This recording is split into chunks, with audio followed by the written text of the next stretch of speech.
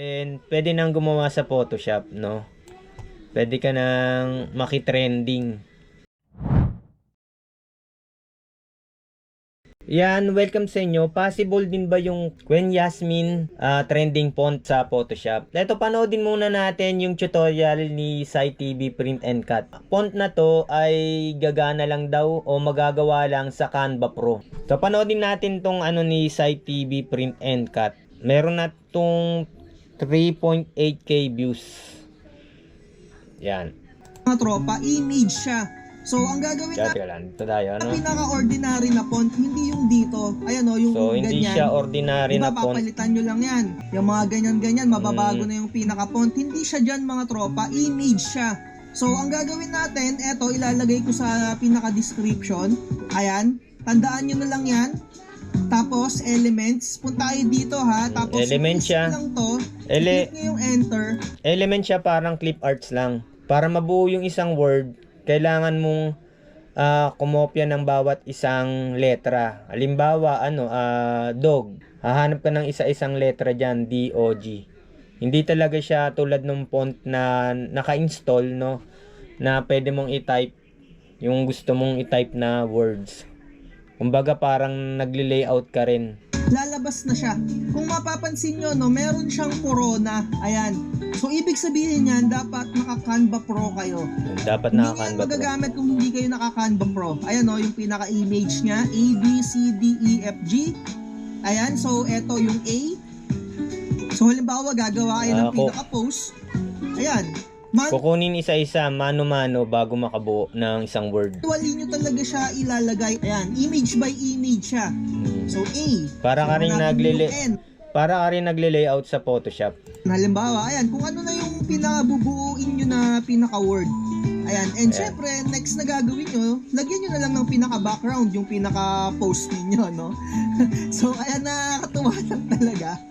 Hindi ko alam kung paano nila ayan, so kailangan naka-Canva Pro para magawa nyo yung ganitong font.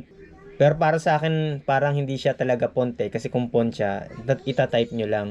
So ito para siyang clip arts, no? Elements nga sabi ni SciTV Print and Cut.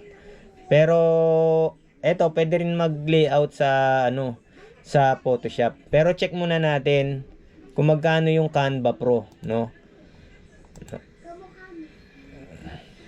So, ang Canva Pro to 300 monthly, pwede ka nang mag-Canva Pro, no? Pag yearly, 2,500. Then, pwedeng one time, yan, pwedeng 1 week, 119 lang, 1 day, pwedeng masubukan, no? 49 pesos. Then, pwedeng magbayad sa GCash, yan. Okay. So, dito na tayo sa Photoshop. So, gumawa na ako. Yan. Hindi talaga siya yung mabasa talaga na tulad nito Bentek. Nabasa ko lang to nung tinrace ko, ginawa kong all black. Yan, Bentek. So ito meron akong isa-isa na file. Yan. To letter B, letter H, letter E, letter N, letter T, letter E, letter C, letter H, yan. Sa unang tingin, hindi mo talaga siya mababasa. Yan.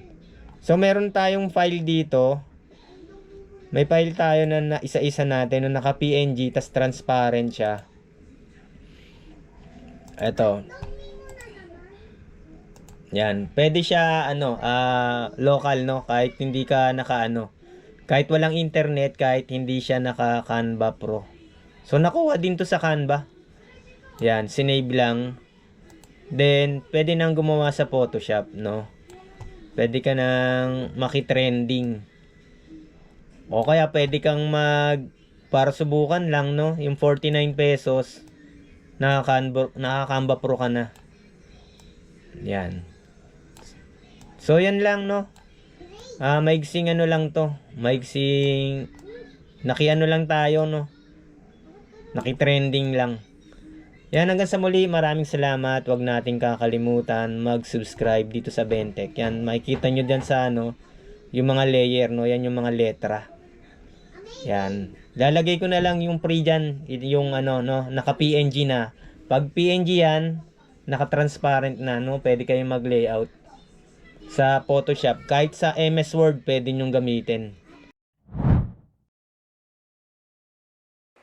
I-check yung mga tag product, makaka-avail kayo ng big discount lalo na dun sa mga malalaking amount na item, up to 1,300 off.